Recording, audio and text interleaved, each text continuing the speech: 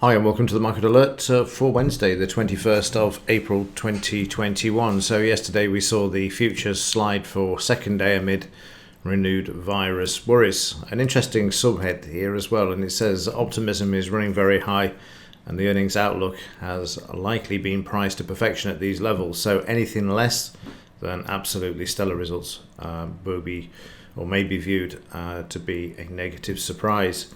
Yeah, it's interesting because obviously we're aware at the moment we are in the first quarter earnings, and interestingly the market has decided to correct, is what we saw yesterday, and you can see this from the implied volatility up from 13.7 to 15.16, and we're just above the 20 bar moving average, which I'll just zoom in here. You can see in the coloured version of the implied volatility, we're just hitting the amber level there, and that's because we haven't closed below the 20 bar moving average yet with prices in the Dow, even though the DAX came down to this level yesterday. So the yield down at 1.563 from the previous day of 1.6, so that's steady as she goes at the moment. And news for today, get this all out of the way. UK, we've got the CPI rigged figures, they're out at 7 a.m. Bailey's speaking today, and then we've got crude oil inventories as well. Bailey's out at 11:30 a.m. I don't know why he's being downgraded. I could think of many reasons, but as far as the economic news is concerned, that should be a red one, but they seem to be playing with these at the moment. So let's have a look at yesterday. What a very busy day yesterday was, and we'll start off with the Dow. It was also an interesting day. I managed to grab 160 points out of the market yesterday, which we'll come to when we look at the review, show you how I did it. So the Dow yesterday, as I mentioned yesterday, all of these markets, including the precious metals, were exhibiting some sort of selling pressure the day before, and this spilled over to yesterday. You can see the market trading through on the Dow all the way through these fibs down to 78 for yesterday. A lot of selling there, a bit of support overnight. The market trying to find some support in the Dow, as you can see there. It's not, let me just squeeze this up. Nothing major there at the moment. We've come on stream just about here for the Dow, previous day's close, and the market has just come down 50 points and finding support as you'd expect. You'll always find a cluster of volume at support levels, which is what we're seeing here. So let's move over to the DAX.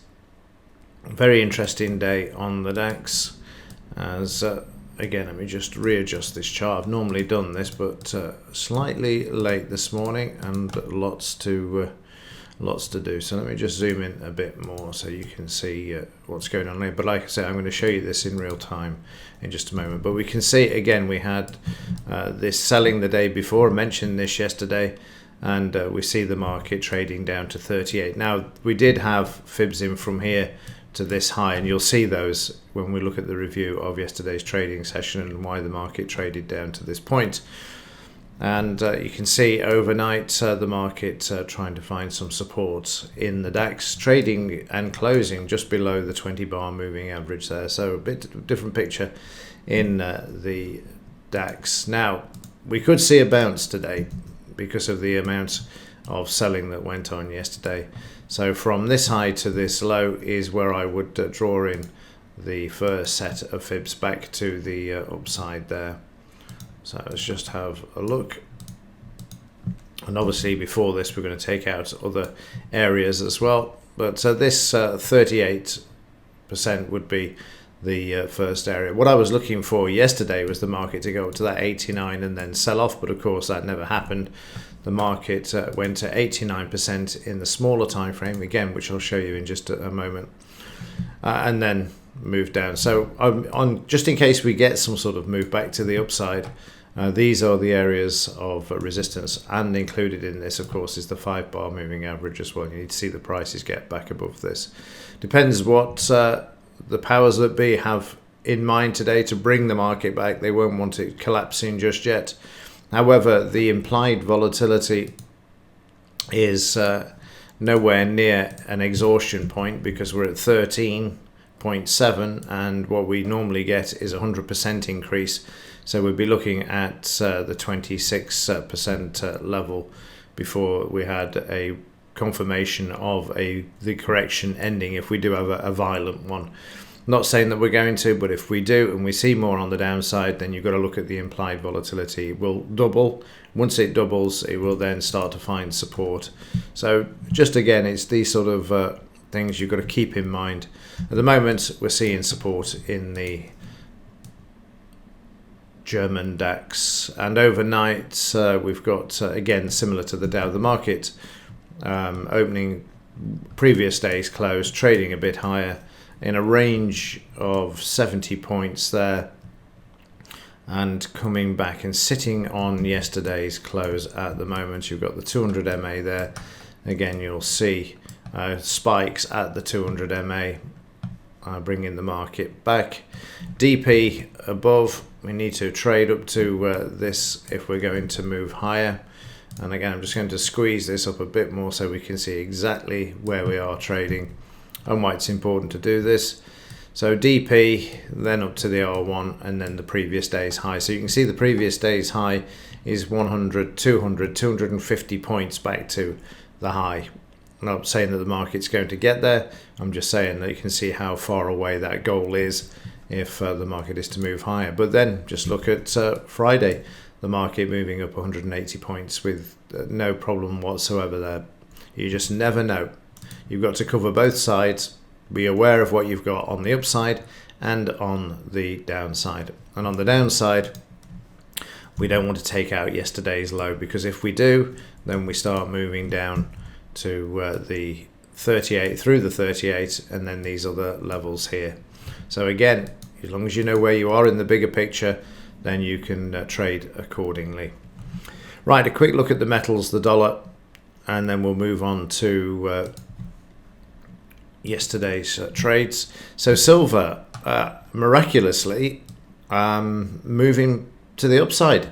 It appears that there is a supply issue with the physical metal, and this seems to be supporting prices. Yesterday, again, right on cue. If we go to 130, you can see them bringing the prices down again. And also mid-morning, they tried to slam silver once more, and it was brought back. You can see an 89% correction there, down, back up, and then back to a 76% there. And then prices trading sideways and just moving now. Again, you can see this in the Asian market moving higher as well. So I'm surprised. I'm really surprised. I think that's so many years of seeing them hammer the price that we are starting to see things pick up a bit. But like I say, I still remain cautiously optimistic with regards to this. We've got to get through this 89% retracement from this high to this low, and also obviously the high from, I think that's Friday, isn't it? Friday, Monday, Tuesday, yeah. Friday's high, which was slammed through the 26 level. They've got to get through 26 and stay there. I won't be happy until we get through the $30 level that we see up here that we had on the 2nd of February. Meanwhile, in the dollar, finding support yesterday, we've got some more or less buying pressure here for the dollar, finding support there. So any bounce back off this level would see pressure on the metals. And gold also moving higher as well, trying to get back through that 78% retracement from this high to this low. And again, these take out the high from Monday in this market. So yesterday we see the futures moving higher and then stopping, sitting on the close, and the 200 MA. And I'm just going to fast forward.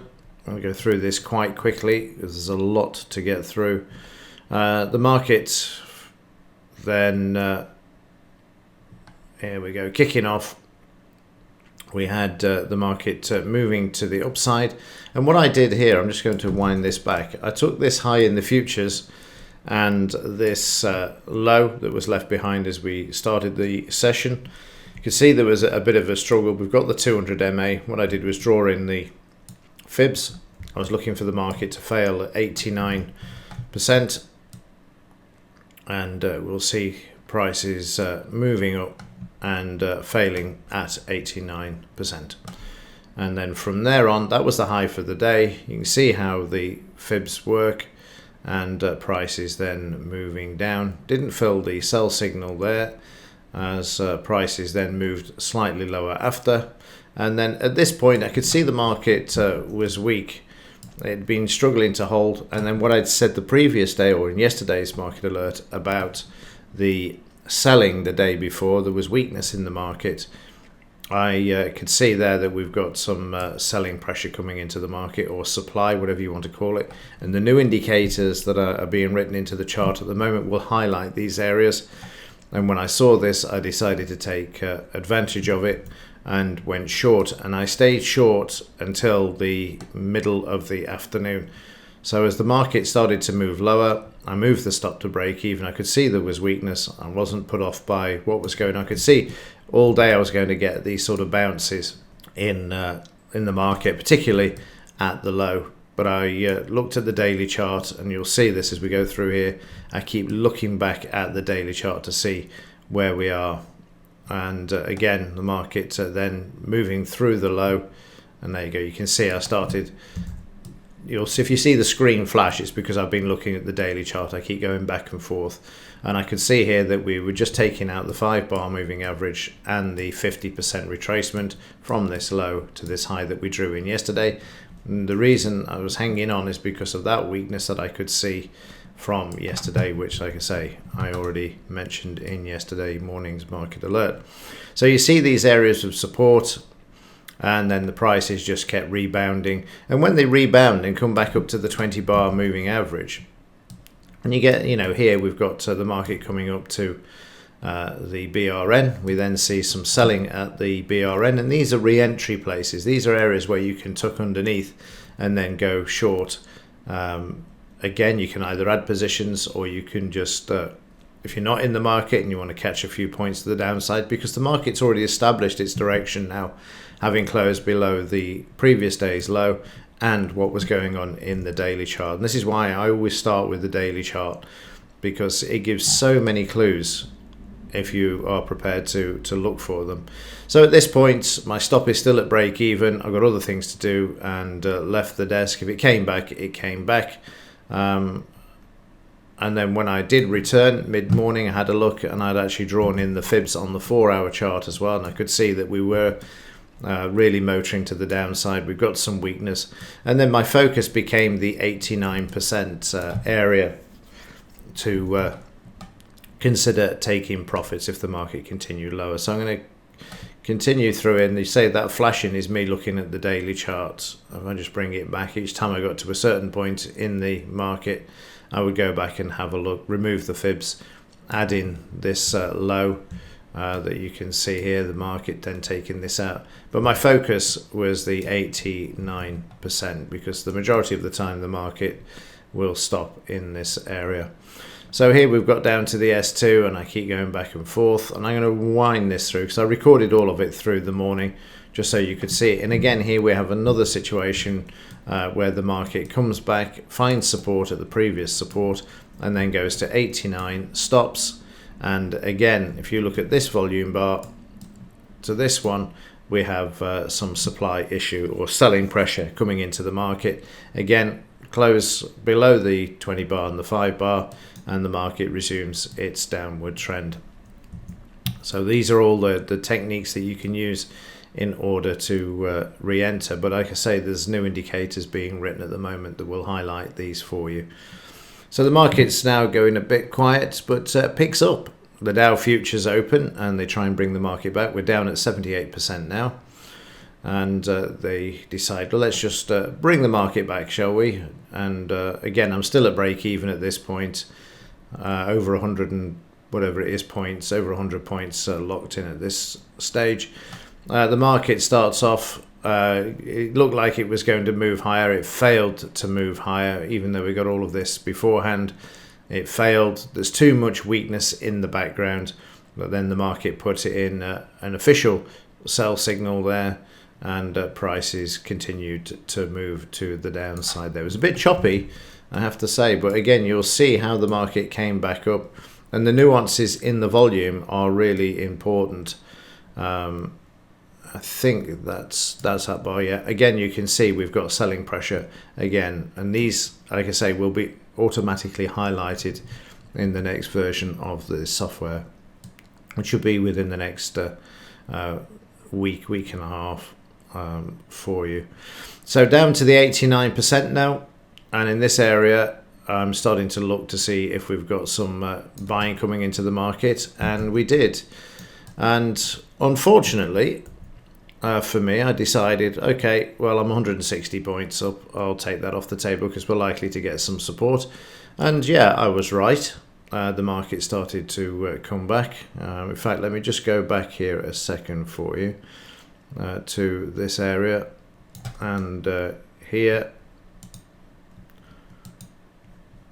somewhere here, there you go. I actually put the ticket on there for you so that you can see the actual trade, why it was held, why I decided to exit at this point. And yes, you're right, it was a premature exit, but we never know where the end of the move is going to be, except if you do use the volume correctly, which I didn't do yesterday afternoon, and I'm quite happy to hold my hands up about this, and I'll show you why in just a moment. So here we've got this sort of action here. You can see that the shorts are taking their profits, the market is held, and prices are brought back, and I thought, oh, I've got this down to an art, it's perfect. And then we have this second one, so I think, yeah, I was right, that's the end of the move.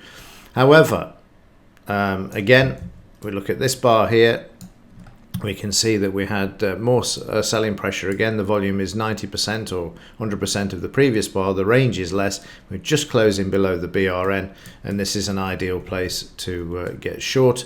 I didn't at this point, I will admit, having already trousered 160 points.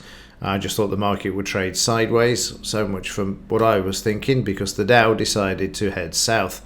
And you can see they tried to hold the market here. We've got some buying pressure or demand coming into the market now, but we're still below the 5-bar moving average. And then prices traded down to the S3. Now this is where it gets interesting. This is what I was looking for or hoping for at the 89, and it didn't happen. Again, you can see they're desperately trying to hold the market here with this increase in volume.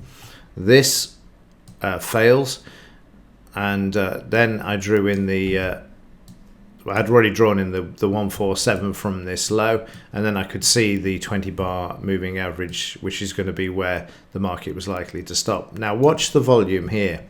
This is what you're looking for at the end of a down move or an up move, is this climatic action. And you've got the 2 bars there, followed by the third, and the third one is huge. And this was yesterday's low, and this is how a down move ends. Like I say, with just that 1 bar there was just profit taking, which I thought we got a bit more support there. But I think what happened here, a lot of other traders became not necessarily frightened, but thought, well, you know, look, it's holding here, it's 89% in the daily chart, let's get out of the trade. But that's what you're looking for here, and you can see we're at the 147 at the 20-bar moving average. They like to keep the market above the 20-bar, and that's when I drew in the fibs that you've seen already in this morning's review. And then prices, of course, then started to move back. And if we have a look at this chart, I'll just reset it for you and then drag it over. You will see that after and in the evening, you can see how the market, again, classic, went up, retraced 78, 89, and then started to move away. But in the chart here, this is what you're looking for, this sort of climatic demand coming into the market to stop the down move. And that's the key to when the big boys are getting out. And of course, that tied in with the 20-bar moving average. So effectively, I left near another 80 points on the table there, but not to worry. That's all par for the course. The main thing is you learn something from any sort of mistake that is made and how you could have actually traded it better. It doesn't matter how long you've been trading. If you spot things that you didn't see before. But all in all, a great day. Let's see what today brings. Where are we at the moment with regards to prices. Let's have a look. And we've still got a bit of support. The futures have opened a bit late this morning. A bit sideways, still non-directional. So again, I'll have another 10 or 15 minutes looking at this to determine where we are. At the moment, we're struggling with the 20 bar moving average as well. So that's key as well with what's going on in here at the moment. Okay, that's it for this one. Let's see what today brings. It should be an interesting day. We're either going to continue with the move to the downside or we're going to get a bit of a bounce. I know I'm stating the obvious, but that's how it works. I'll be watching the low very closely if we trade down to this level. Okay, that's it for this one. As ever, thanks for watching. See you in the next one.